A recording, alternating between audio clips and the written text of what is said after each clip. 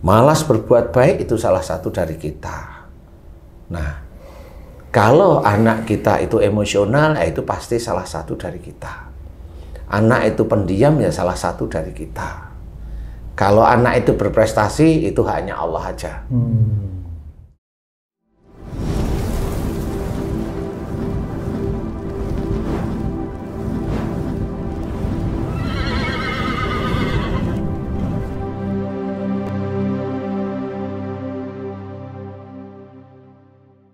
Bismillahirrahmanirrahim. Assalamualaikum warahmatullahi wabarakatuh. Waalaikumsalam warahmatullahi wabarakatuh.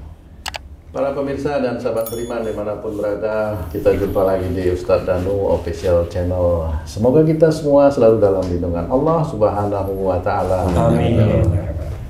Di video kali ini kita akan ngaji lagi bersama guru kita semua, Pak Ustadz Danu, yang sudah hadir di sini bersama kami. Assalamualaikum Pak Ustadz. Waalaikumsalam warahmatullahi wabarakatuh. Amin.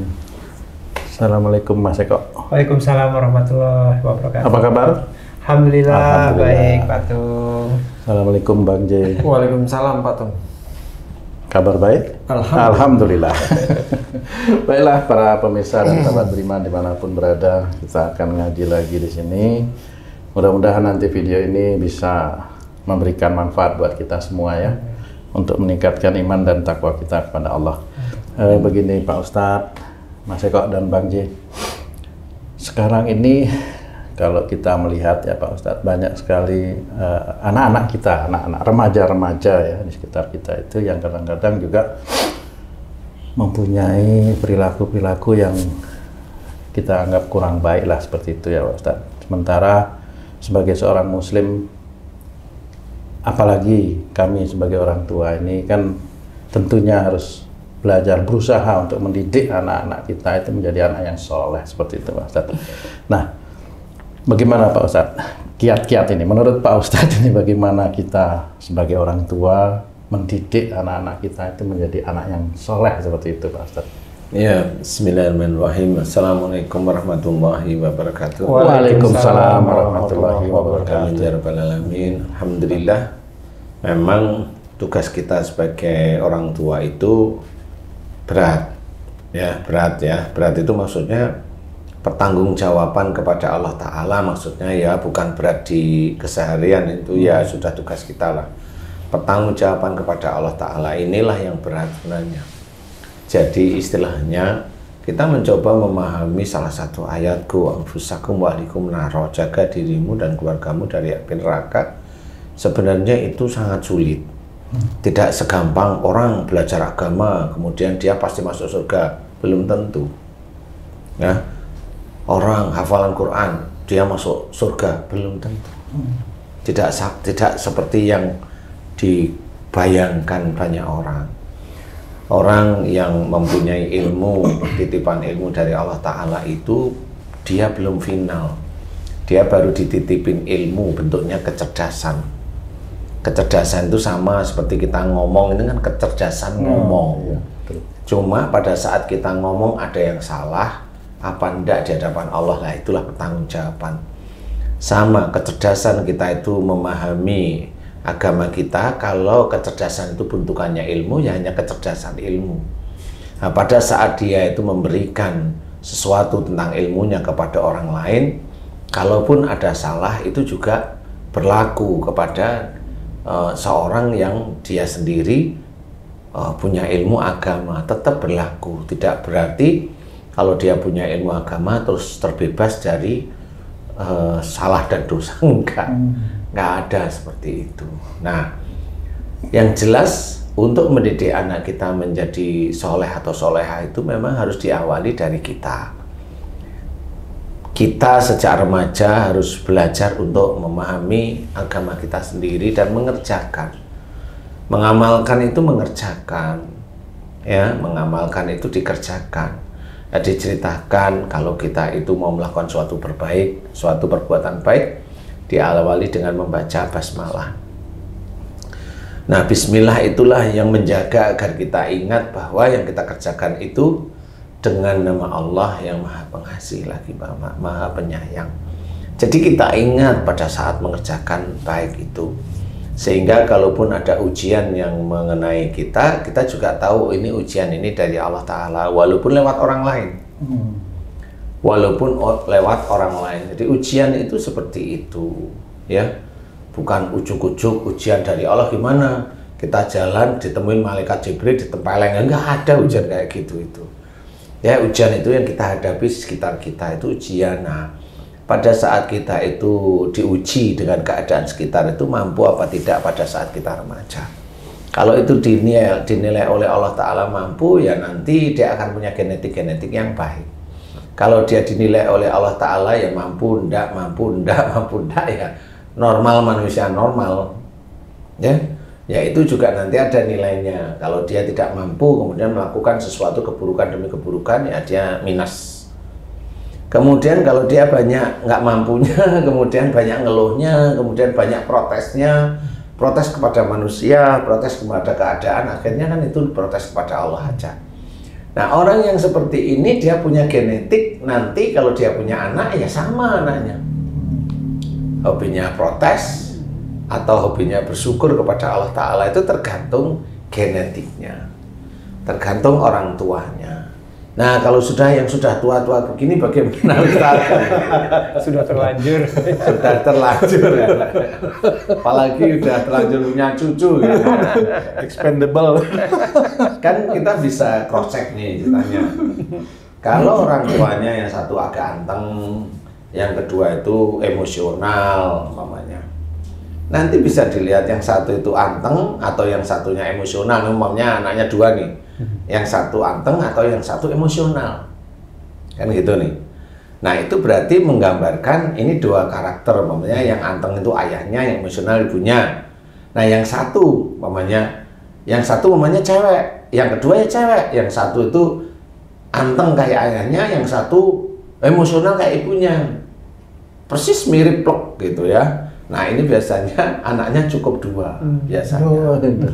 Tapi kalau umpamanya yang satu kayak ibunya, yang kedua kayak ibunya. Ada satu lagi. Nah, biasanya itu disiapin satu lagi. Potensinya ada. Oh, sistem Allah gitu biasa. Selama ini saya pelajari seperti itu. Jadi ada satu sebenarnya yang belum, yaitu sifat-sifat kayak ayahnya. Kalau umpamanya tapi kok nggak bisa-bisa, nah, ayahnya nggak mau kali. Karena nggak mau kenapa? Istrinya emang jengkelin, jadi dia sendiri udah nggak mau sebenarnya. Nah, di titik nggak mau itu sendiri sebenarnya, nanti pada saat hubungan suami istri itu sperma itu bisa mati sendiri. Karena si bapaknya nggak mau. Itu hanya kewajiban aja, dia nggak mau punya anak lagi gitu kan. Nah, itu bisa seperti itu. Itu hanya Allah Ta'ala, karena dia tidak ingin sebenarnya. Nah, anak yang seperti itu ya nggak akan keluar dari garis ayahnya, kalau enggak ya ibunya. Kita tes satu-satu, gitu. Haji J, anaknya tipikalnya diem atau emosional, Ji? Dua-duanya ya. Dua-duanya ya. Dua-duanya emosional dan diem. Emosional dan diem. Nah, dua-duanya yang muncul emosionalnya dua-duanya atau diem dua-duanya? Yang satu diem, yang satu emosional. Oh, anaknya dua, Pak Ustaz. Iya. Anaknya dua. Anak-anaknya dua, satu itu diem, yang satu emosional, kan gitu ya? Iya. Nah, yang diem itu juga emosional enggak? Kadang-kadang. Oh, kadang-kadang. Nah, kalau Haji J ini jelas, yang satu diem, yang satu emosional, dua, kan gitu ya? Dua, ya. Nah, ini berarti benar, yang satu diem kayaknya kayak Haji J, yang emosional kayaknya kayak tetangganya, kayak. Jangan gitu, Pak Ustaz. Bercanda aja. Tetangganya dulu.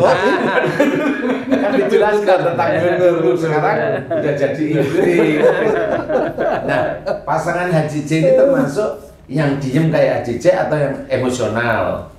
Yang emosional. Emosional. Nah, kan berarti benar bahwa ada yang diciptakan oleh Allah Ta'ala mirip karakter bapaknya atau ibunya. Sama seperti itu. Coba sekarang kamu tuh. Ya betul, Pak Ustaz. Ya, anakmu emosional apa diem atau biasa-biasa aja? Dua-duanya tuh yang emosional ada, yang diam ada, yang diam emosional juga ada, yang emosional diam kadang-kadang juga gitu. Tapi yang muncul biasa yang mana? Emosional ada, diam ada gitu. Iya. Oke, sekarang saya tanya, siapa yang emosional, siapa yang diem? Yang emosional, yang Nggak usah cari orang lain ya. perempuan. Yang perempuan, yang wanita. Terus yang diem? nomor 1. Yang perempuan diam, juga. Yang nomor 2 laki. Ya, oke. Sekarang Sekarang mamanya itu yang ya. nomor 1 ya. Sekarang kamu bagaimana, istrimu bagaimana? Saya orangnya kadang-kadang diam emosional, istri saya emosional diam. Iya itu kadang-kadang gitu Pak. Dulu Kan itu sehari-hari, jangan dihadapi persoalan dulu. karena kan sehari-hari. ada fase-fase perubahan kalau saya pantau ya Pak Ustadz. Kalau dulu rajin bergerak tuh Pak Ustadz. Bekerja karena istri saya dulu bekerja. Diem itu kan nggak harus bekerja. Diem itu kan karakter dilihat ini banyak ngomong apa enggak, lah itulah diem. Tak banyak ngomong. Siapa yang nggak banyak ngomong? Istri saya. Oke, nah yang emosional siapa? Saya. Kenapa gitu ya Pak Ustadz? Dulu kan sehari-hari kan kelihatan gitu. Nah, itu sudah jelas. Yang satu emosional kayak kamu, yang satu diem kayak istrimu. Nah, ini untuk punya anak lagi agak sulit. Betul saya 2 Pak Ustadz. Ya, kayak Haji C itu kan jadi langsung 2 aja gitu. Nah, itu menggambarkan bahwa karakter ibu dan ayah itu ada pada anak. Nah, kalau ada orang tua bilang, anakku itu kok suruh sholat kok susah. Nah, ya. Nah, itu nggak usah cari yang aneh-aneh. Ya, cari siapa di antara bapaknya atau ibunya yang memang malas untuk berbuat baik. Jangan sekarang loh ya. Kalau sekarang kan dia inginnya baik pasti. Iya benar. Apalagi ingin baik, ada uang mamanya ya kan keinginan normal kan. Emang uang bisa membuat baik? Enggak sih. Paling kalau dia punya uang ini santrenin anaknya. Kan gitu ya. Aman gitu kan Aman menurut, gitu ya. menurutnya itu. Iya gitu. Jadi dia menurutnya kalau udah disantren itu udah jadi baik gitu ya. Nah, disitulah sebenarnya kesulitan untuk mendidik anak. Jadi kalau anak kita, saya anggap kita termasuk kita, Iya. ada yang memang itu namanya malas, ya itu berarti salah satu dari kita. Malas berbuat baik itu salah satu dari kita. Nah, kalau anak kita itu emosional, ya itu pasti salah satu dari kita. Anak itu pendiam, ya salah satu dari kita. Kalau anak itu berprestasi, itu hanya Allah aja. Seperti itu.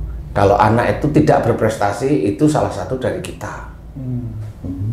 Itu harus seperti itu. Jadi kita membedakan bahwa bagaimana kalau Allah itu memberikan sesuatu seperti kita itu senang, itu dari Allah aja. Tapi kalau itu menjadikan kita itu tidak nyaman, itu dari kita aja. Kenapa? Memang sudah diceritakan oleh Allah Ta'ala seperti itu. Wih berat itu ya Pak Ustadz. Iya harus.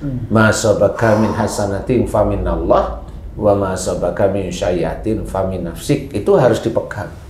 Apa saja nikmat yang kau terima itu dari sisi Allah, dan apa saja musibah yang engkau terima itu dari perbuatanmu sendiri. Jadi kalimat ayat ini baku harus kita pegang. Karena kalau itu mamanya nikmat di situ diceritakan itu dari sisi Allah, berarti disitulah Allah yang maha memberi. Memberi bisa wujudnya fisik, bisa saja memberi dalam bentuk hidayah. Makanya kalau anak yang pandai itu adalah pemberian Allah, bentukannya fisik, pandai. Jangan diaku-aku itu kita. Nah kalau itu diaku kita, itu diceritakan di ayat yang lain dinamakan fasik, membanggakan anak, atau dikatakan bisa aja kalau itu terus keterusan sehingga anaknya pintar, diaku yang pintar itu adalah karena dia, berarti dia sudah mulai bermain dianya adalah Tuhan.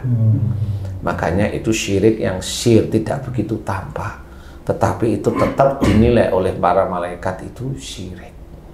Makanya kita harus megang mana haknya Allah, kita nggak boleh ikut cawe-cawe sehingga kita tidak nanti bertanggung jawab di akhirat. Nah, pada saat kalau mamanya anak itu memang dilalah kok ya mau belajar agama, dilalah itu sejak kecil sholatnya tertib, jangan dibanggakan, biasa aja, disyukuri aja kepada Allah Ta'ala.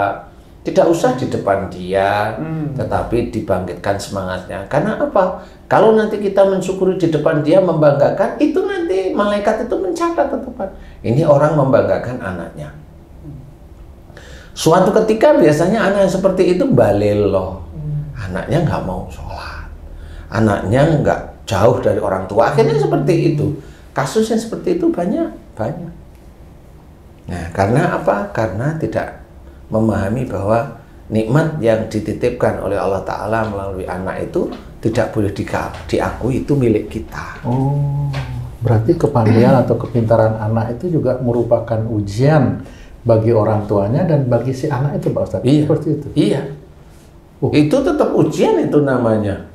Bagaimana kita bisa tahu kalau kita mau mendidik anak ini kita soleh itu, Pak Ustadz? Ya, itu kan susah jadinya itu, Pak Ustadz. Lah iya, kalau soleh itu kan jalan ya. Jalan menuju ke arah kesolehan. Jadi bukan endingnya itu soleh sebenarnya. Jadi jalan menuju kesolehan itu terus dan dikerjakan istiqomah.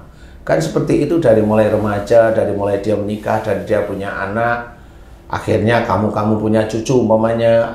Itu kan sebenarnya kesolehan yang selalu dijaga terus-menerus. Soleh itu di hadapan Allah, bukan di hadapan manusia. Kalau di hadapan manusia ya tertib aja lah. Kalau dia itu sering ke masjid ya tertib dia di masjid. Seperti itu, kayak momennya kita bisa di masjid, bisa jamaah dan sebagainya. Nggak usah diaku-aku bahwa kita itu hebat jamaah terus, nggak boleh. Itu diizinkan oleh Allah Ta'ala kita bisa berjamaah. Nah itu jangan menjadi suatu kebanggaan. Seperti itu hanya Allah Ta'ala.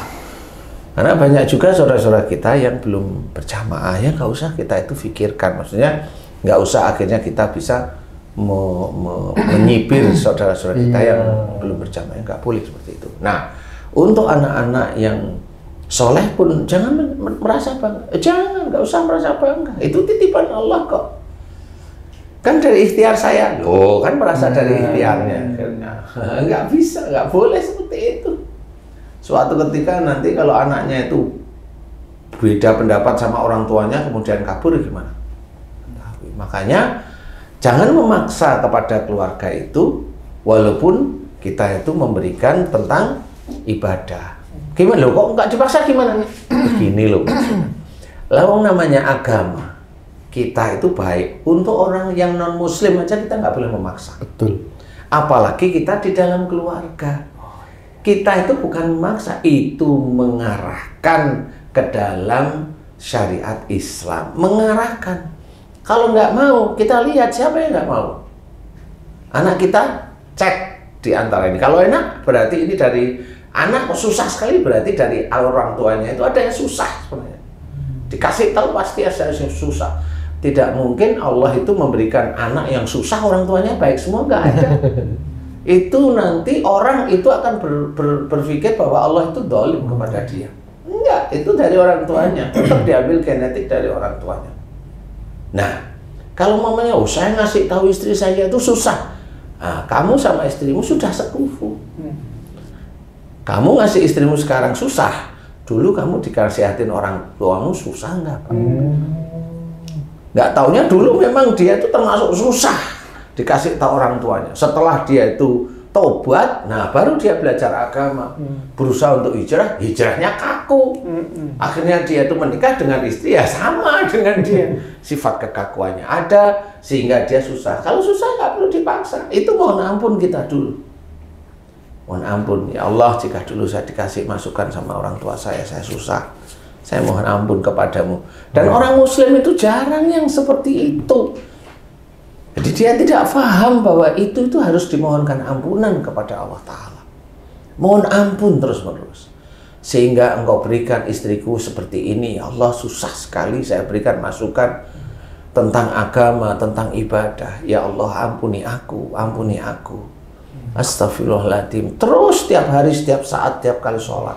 Didoakan agar istri itu menjadi soleh. Doain aja. Kenapa didoakan agar soleh? Biar Allah yang mengatur nanti. Tetap kita itu memberikan pelajaran terus-menerus. Nggak usah marah, kasih pelajaran. Nggak memaksa, enggak kok. Oh, hidayah itu milik Allah. Jadi kita paksa itu malah dilarang oleh Allah Ta'ala. Wallahu a'lam. Alhamdulillah. Sudah dapat ya, Ji? Insya Allah. Alhamdulillah. Baik, terima kasih banyak Pak Ustadz pencerahannya. Mudah-mudahan kita semua bisa menerapkan ini kembali Pak Ustadz. Memang cukup berat ya. Para pemirsa dan sahabat beriman, mudah-mudahan video kami kali ini bisa meningkatkan keimanan dan ketakwaan kita kepada Allah. Terima kasih atas perhatiannya. Saya Tung. Wassalamualaikum warahmatullahi wabarakatuh. Waalaikumsalam warahmatullahi wabarakatuh. Alhamdulillah.